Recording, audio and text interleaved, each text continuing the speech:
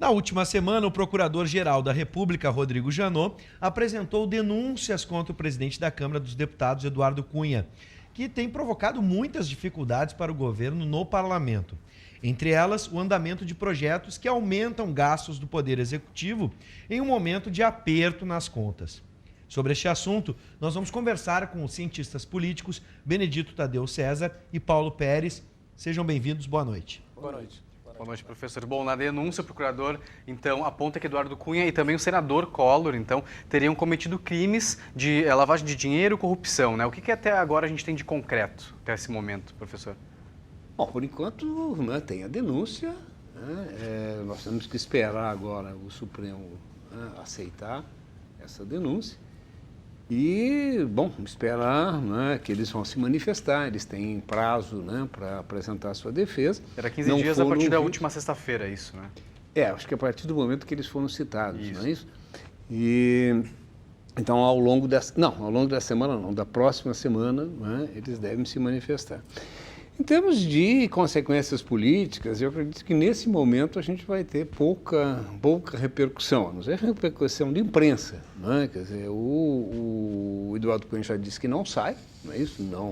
Não abre mão da presidência, né, da Câmara.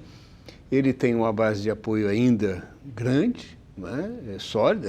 Há rumores de que ela já começa a se desfazer, né? Mas eu acredito que ele ainda está bem firme e pode criar ainda grandes problemas, né? Como ele já vinha fazendo, continuar criando esses problemas para o governo Dilma, né? Professor Paulo, ainda nessa perspectiva, né, de como é que vai ficar a base, como vai ficar a oposição, nas operações tem-se usado a expressão perseguição política, né, vingança, hora do troco. Como é que fica a figura do Eduardo Cunha? Isso eu vou começar com o professor Paulo, depois se o professor Benedito quiser completar, por favor. Vai enfraquecer a figura dele ou ele vai se tornar mais ativo na medida em que pode ser mais combativo frente ao governo? No primeiro momento, quando veio a reportagem, né, da delação e depois a denúncia formalizada pelo procurador, a figura dele ficou bastante enfraquecida, mas de maneira muito momentânea. Porque, na verdade, acontecem as duas coisas. Ele é enfraquecido pela denúncia, mas imediatamente ele tem uma contra-ofensiva. E ele tem um poder grande, né? Primeiro, sendo presidente da Casa, né, presidente da Câmara. Ele tem um poder que a gente chama de poder de agenda, que é importante porque é ele que decide o que vai ser votado, a ordem da votação. E a gente já viu que esse poder dele realmente é importante na votação da reforma política, né, em que ele conseguiu colocar na agenda de votação a mesma medida duas vezes, gerando até contestação de que aquilo era inconstitucional, né? Ele colocou para votação duas vezes a mesma medida usando um artifício, fazendo com que aquilo fosse aprovado. Então ele tem um poder de agenda que é uma coisa muito grande e, por outro lado, ele tem um grau também bastante grande de controle ainda da sua bancada de apoio, que é suprapartidária, porque, segundo, inclusive, várias reportagens e indicações, ele foi uma figura central para conseguir financiamento de campanha de algumas dessas figuras que estão nesses partidos. Então ele tem realmente um poder muito grande para fazer uma contra-ofensiva, coisa que ele já vem fazendo, né? Quando ele suspeitou que na Lava Jato podia sair o nome dele, ele partiu para o ataque fazendo aquela entrevista coletiva dizendo que ele estava rompendo com o governo, embora aquilo não tenha ficado muito claro o que significava romper com o governo, porque parecia que ele já era rompido com o governo há muito tempo, né? E agora, de novo, ele vem à tona dizendo que ele não deixa a presidência, apesar de ter um movimento pedindo que ele deixe a presidência da Câmara por causa da denúncia, e é óbvio que ele não vai deixar, a não ser numa circunstância muito grave, por causa disso, porque ser presidente da Câmara lhe dá um poder de controle da agenda legislativa muito grande, e esse poder ele tem já usado para emparedar, digamos assim, o governo da presidente Dilma. Eu só queria acrescentar o seguinte, quer dizer, é diferente o caso, né, a figura do Cunha do Severino, né, que também foi guindado à presidência da Casa num momento, né, complicado ali do governo Lula e por uma manobra das oposições para enfraquecer o governo. Mas o Severino não tinha uma base de sustentação e era uma figura folclórica. Quer dizer, o Cunha não. O Cunha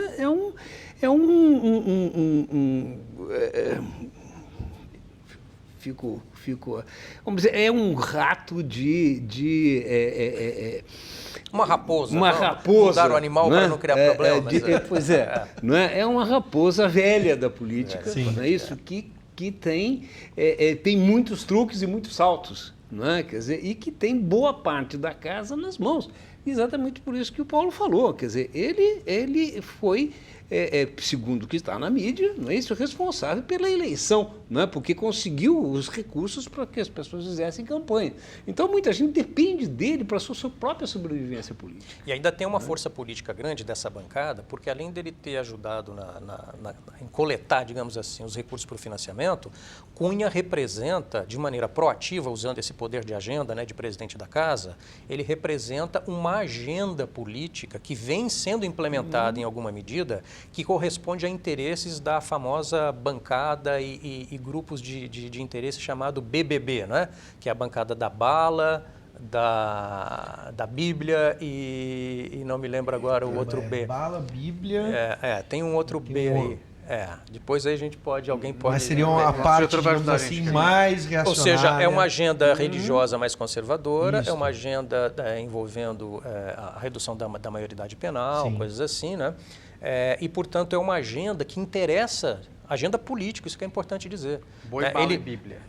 Boi, bala e Bíblia, exato, que defende interesses dos ruralistas. Né? Então, é uma agenda que é política, e que, de fato, está avançando em algumas votações e que, portanto, representa interesses concretos, não só de grupos políticos, mas de grupos sociais e econômicos. Então, ele é uma figura que articula esses três tipos de poder, que eu acho, né? Dessa bancada política com essa agenda, de ter sido, de certo modo, que catalisou o financiamento de várias campanhas e de ser o presidente da casa que controla a agenda. No momento de fragilidade do governo Dilma, em que ela não está tendo a capacidade, já não teria mesmo, mas ela não tem um grupo que a cerca com a habilidade política suficiente para negociar. Então tem um vácuo que o Cunha vem ocupando. Só fazer um comentário rápido da base social do Cunha. Havia pelo menos uma faixa nos protestos do domingo, né, que pediu o impeachment da Dilma, que dizia o seguinte: o Cunha é corrupto, mas ele é nosso. Sim. O que falar, né? O Perdigão vai fazer uma pergunta, mas depois eu quero retornar nesse aspecto. Eu queria saber os interesses do cidadão ficam de que lado, né? Porque a gente vê aí uma batalha entre o executivo, né? Quase uma batalha pessoal entre o executivo e a Câmara, e os interesses então da população ficam aonde? Né? Fica nessa guerra de... O que a gente pode fazer? Isso é complicado, né? Porque, veja, os interesses da população são muito diversos. Quer dizer, você tem, né? Se você tem uma bancada da BBB, quer dizer, há interesses dos ruralistas, né? Dos que defendem, por exemplo, a que eu chamo de minoridade penal, né? Porque se vai abaixar para 16 anos, certo?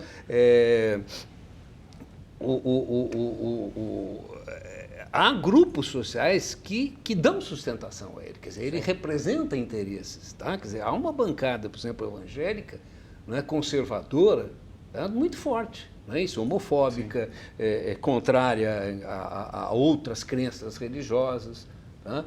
É complicado, quer dizer, a sociedade a sociedade brasileira é muito diversa, né? Então há uma diversidade muito grande de interesses e o Poder Legislativo, ele é eminentemente um poder de expressão, de representação de interesses diversos, né? Quer dizer, a gente pode ficar assustado com algumas coisas que estão rolando por aí, né? Algumas coisas que o Cunha defende, que essas bancadas defendem, mas elas têm expressão social. Professores, em cima dessa perspectiva, o Perdigão lembrou muito bem, e o senhor lembrou muito bem agora, complementando com esse cartaz que circulou nas manifestações, a minha questão a respeito do Eduardo Cunha é até que ponto essas posições muito firmes que ele tem a respeito de assuntos extremamente polêmicos contribuem ou não para a imagem dele. Porque vamos pegar, por exemplo, o Brasil ainda é um país católico, né? E o fato dele representar uma bancada evangélica pode atrair uma certa antipatia. entre outras questões, como a questão da bala, da violência em si, né? Bom, enfim, os ruralistas aí é uma discussão um pouco mais específica. Mas essas questões são debates no dia a dia de qualquer cidadão brasileiro. Até que ponto essas posições firmes representam? O cartaz leva a crer que existe uma parcela da oposição que se identifica com ele. Mas eu fico me questionando até que ponto a oposição num completo, as pessoas que foram às ruas, vão se identificar com uma pessoa com uma posição tão firme como a dele. Olha, eu acho que ele cria arestas, não é isso? Quer dizer, tu mesmo lembrasse. A maioria, né, da população brasileira é católica, ele é evangélico conservador, né? Isso já cria alguma hostilidade, alguma resistência, alguma aresta. Mas eu vejo o seguinte, quer dizer, se criou, né, um ambiente muito... isso com um grande trabalho de mídia e das oposições, nós tivemos uma eleição muito dividida, né? Não acabaram as eleições até hoje, né?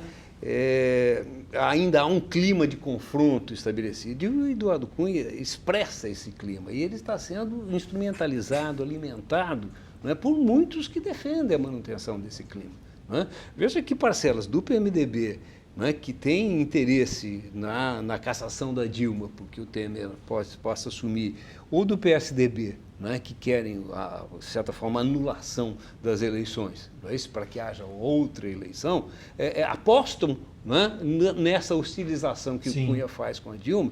Por isso é que é possível essa coisa, quer dizer, ele é corrupto, né? O sujeito escreve lá uma faixa, ele é corrupto, mas ele é nosso. Por quê? Porque, de alguma maneira, ele está defendendo uma parcela de interesse. Dá para dizer, professor Paulo, que inimigo do meu inimigo é meu amigo?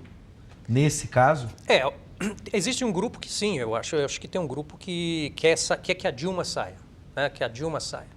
Mas muitos dos que foram à rua, tem algumas pesquisas que uns colegas meus fizeram em São Paulo e em Belo Horizonte, que mostraram que, na verdade, a maioria das pessoas que estavam na rua protestando agora, da última vez, né, tentando dizer fora Dilma, não obstante, não acreditavam, não apoiavam o Eduardo Cunha. Quer dizer, eles querem que a Dilma saia e depois que a Dilma sair, eles vão querer que saia o próximo. Né? Então, podemos entrar numa dinâmica do que se vão todos, não é? Quer dizer, existe, na verdade, um clima, porque essa guerra que está acontecendo, no fundo, de informação, de denúncias e tal, tem um resultado que acho que a gente tem que ver com cautela, que é o fato de que as instituições políticas, os partidos, as instituições representativas e os políticos enquanto pessoas, já há muito tempo não são muito bem vistos pela população.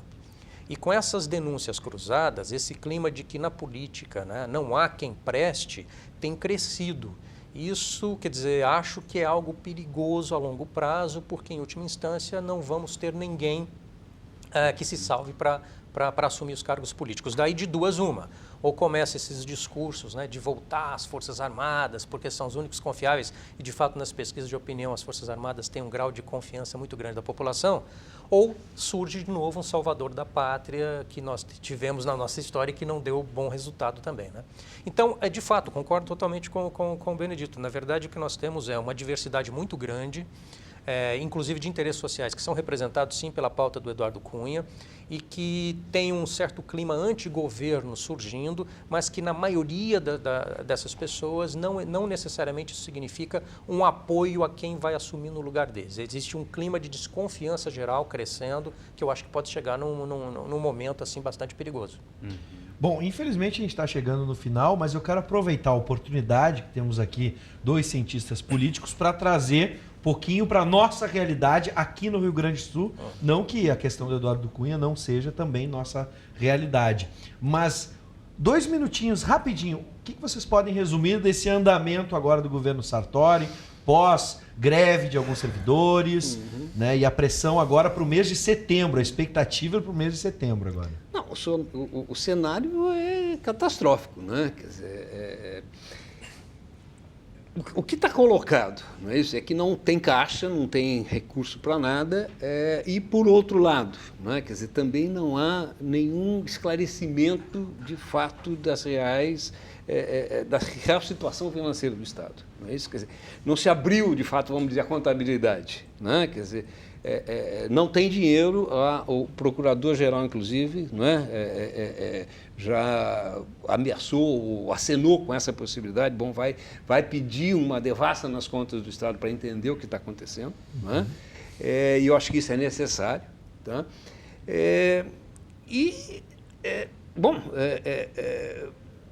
Se a gente não tiver, de fato, né, o que está se colocando aí é que não vai haver recursos suficientes para pagar nem aquela primeira parcela, né, de 2.000 e poucos para o funcionalismo.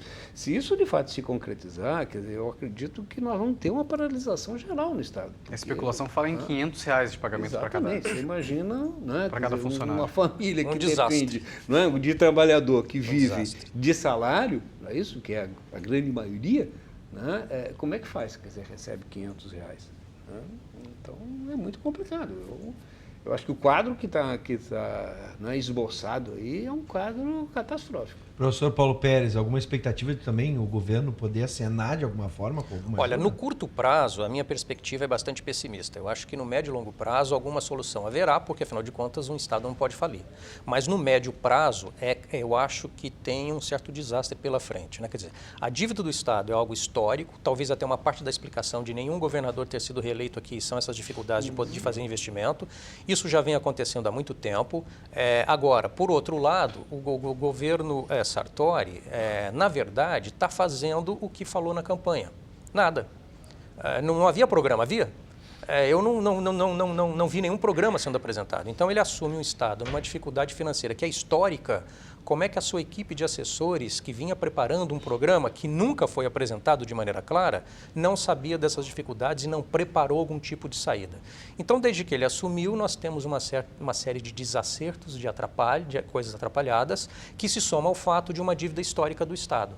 Tudo isso deu esse clima de desastre agora, que se de fato, sem caixa, não tiver como honrar o pagamento do funcionalismo, como é que fica de fato o dia a dia do Estado, não só dos funcionários, porque as coisas podem parar.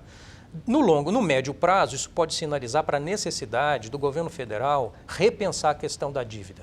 Né? Então pode ter um efeito aí no longo prazo. Mas aí vai precisar de uma equipe muito bem estruturada para saber fazer essa negociação, que não será fácil, porque por outro lado o governo federal também está tentando cortar gasto, não vai querer perder a arrecadação que ele tem com os estados. E se você renegocia a dívida do Rio Grande do Sul, você tem que renegociar de todos. Então é uma armadilha. É uma armadilha aí do arranjo federativo. Talvez uma saída fosse conseguir uma decisão judicial, esse que suspendesse o pagamento das parcelas da dívida, pelo menos por algum tempo. Sim. Uma espécie de uma moratória. Moratória. O que seria também ruim, né?